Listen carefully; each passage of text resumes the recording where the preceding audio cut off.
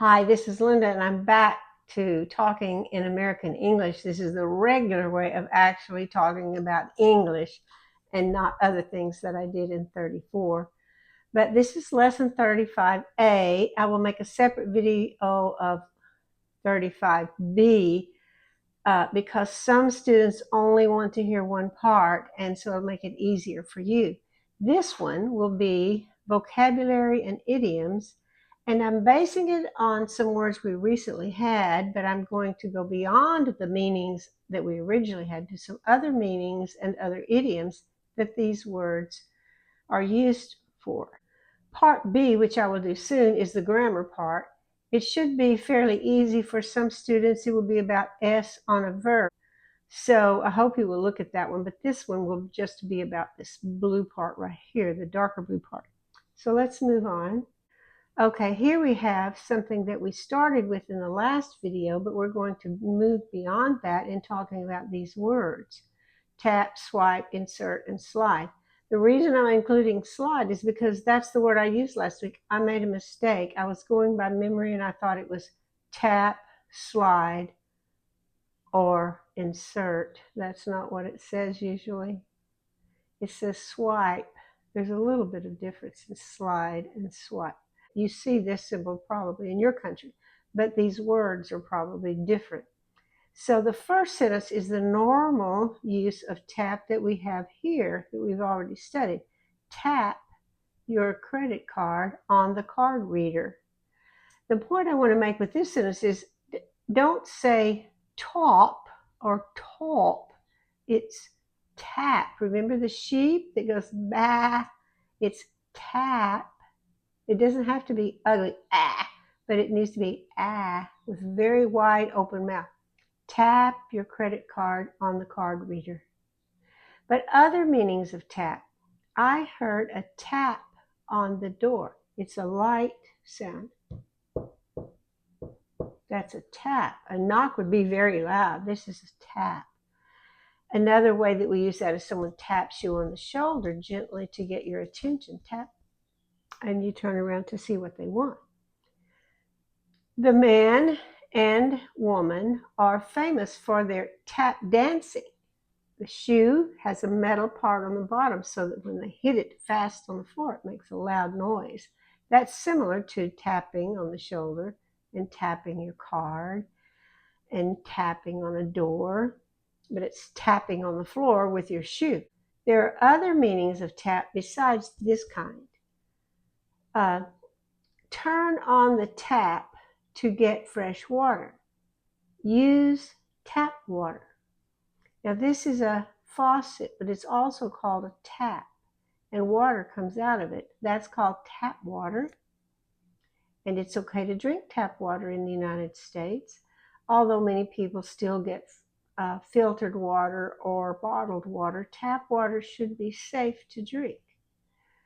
So if you're brushing your teeth, you can use tap water. It's safe. This is not a toilet. It's hard to tell in the picture. It's a little spout, has a handle on the top that you raise up. Right here, this raises up, and then water. There's a big water bottle here. Water will come out the spigot or the spout. That's where it comes out. This comes up, it comes out, and then it goes back down to stop. And that is often referred to as a tap. And also beer on tap is famous in some places. I don't drink beer, so I'm not interested, but some people are. And they think it's special if it's in this big container called a keg. And there's one of these on the side of it so that they can have the glass here, and they pull the handle up. The beer comes into the glass, and then they pull the handle back down using something like this. And so beer on tap is sometimes advertised in a restaurant. The man will tap into the maple tree to get sap. You get that again. To get sap for syrup. A maple tree has sap in it that can be turned to delicious syrup. So you drill a little hole in the the tree, and then you take something similar to this and stick it in the hole, the sap slowly comes out, and you put a bucket under it, and it collects the sap. That's tapping into a maple tree. They used a wiretap to get information on the crime. At one time, there was a real wire involved in doing a wiretap, but it's listening usually with earphones, and the wire would go to a device that would connect to two people's phones, and when they were talking, this person could hear what they were saying, and these people didn't know it. Now there are no wires involved usually, it's wireless, but sometimes people have a way of listening to a conversation over here, and they're listening. That's a wiretap. It is illegal in the United States, unless occasionally for a very, very serious crime, a wiretap might be used because a judge gave permission to law enforcement to use it temporarily once for some crime prevention or finding who did the crime. So a wiretap is illegal generally, but it is another use of tap. I like to do it in a conversation so you can get the setting. Jerry says, "Who got tapped for the new assignment at work?" Mike says, "The boss tapped into our list of interns, the trainees, the ones being trained, and chose Frank. He tapped into our reserve funds for his salary." And Jerry says, "So what is on tap today for our responsibilities?" And Mike says, "It's the most work we've had in a long time. I will be all tapped out by the end of the day today." Jerry adds, "Our funds are tapped out for the rest of the year. They took the money out of reserve to pay Frank, and now no money is left. It's tapped out." So what are the meanings of those idioms? Get tapped means to be chosen for a responsibility. I think it goes back to the time when a king would take a sword and tap a knight on each shoulder to give them a job or to make them a knight or whatever they would choose them to be. They were getting tapped, and we still use that idea. Tap into means go into a resource and choose from it. He tapped into the list to get Frank's name. He tapped into the reserve funds to get his salary. On tap means what is expected to or what is going to happen in the future. It's a list of things we know about. What's on tap today? Tapped out has two meanings. One is exhausted. One of the men said, "By the end of the day, I will be tapped out." All tapped out. It means all his energy has been pulled out. Tapped out also means having no money left. I tapped out my bank account. Zero. I cannot go on vacation. I tapped out my account. So they're similar in pulling something from something else, but there are unique uses of that idea. Our next word is swipe. Swipe your card in the card reader. That means do it quickly. I just said slide, but if you slide it slowly, the machine won't work. You have to swipe it. Go fast. Swipe your card in the card reader. Also, use your finger to swipe right or left on the screen. Let's say you've got your phone, you're on a dating app, and you're seeing pictures of possible people to date. If you like the person, you swipe right. If you're not interested, swipe left. That's the way it's used sometimes for going swipe right, swipe left. Another special use of swipe is this. A thief will swipe your wallet if you leave it unattended. Here's my wallet. It's on the table. I'm not looking, I'm talking. A thief comes up and grabs it and runs away. That's swiping. And I say, oh no, someone swiped my wallet. Where did he go? It means he stole it. It's stealing. That angry man took a swipe at the other angry man. Here's one man, the other man comes up and swipes with his fist. He almost hit him, but it's not a punch, punch, punch. It's a swipe of going across quickly. And so he swiped at him. But some idioms from that, you might call some of those idioms, but these are two. Alice and Beth are talking. Alice says, I am running for president of the organization. That job is hard, but I'm willing to take a swipe at it. Beth says, okay, but you know your opponent will take a swipe at you in her speeches for not having much experience. So, take a swipe at it means try it. I've never done this before. I'm going to try it once to see if I can do it. So that's to try it. Take a swipe at it. Take a swipe at someone, if it's not this, it's attacking with words. You didn't do this right the last time. You don't know how to do this. The two candidates are talking back and forth and taking swipes at each other to make the other person look bad. And then we have insert or insert. These right here are verbs, and they're pronounced insert. Insert your card into the slot on the card reader.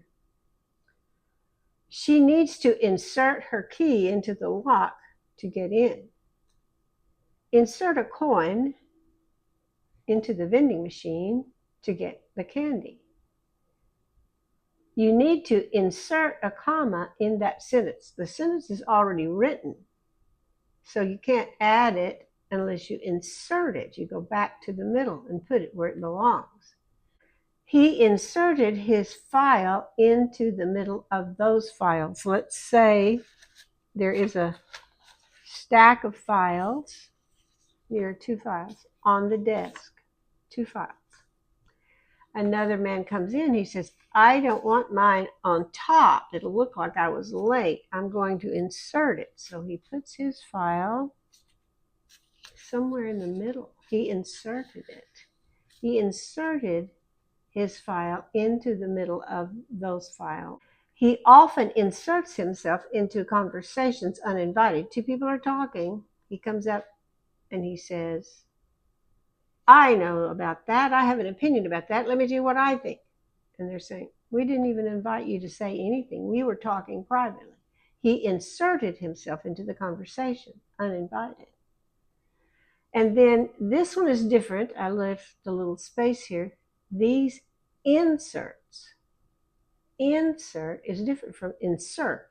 Insert is a verb. Insert is a noun. Let's say I'm preparing a mailing and I have an envelope, but in the envelope there is a letter already, but I need to put more in it. So I'm going to put a brochure and some other things, and I'm inserting them in with the letter. The inserts are the added things. I inserted the letter, the verb. I inserted the letter, but I put inserts with the letter. They're added items. There are no idioms for that, so let's go on. Slide. This is what I accidentally said, and this is what we do. Slide your card through the slot in the card reader. If you slide on the ice, we know that, you may fall. A good baseball player can slide into the home base or home plate. Their child sometimes slides quietly into the room. Now, they're not actually sliding.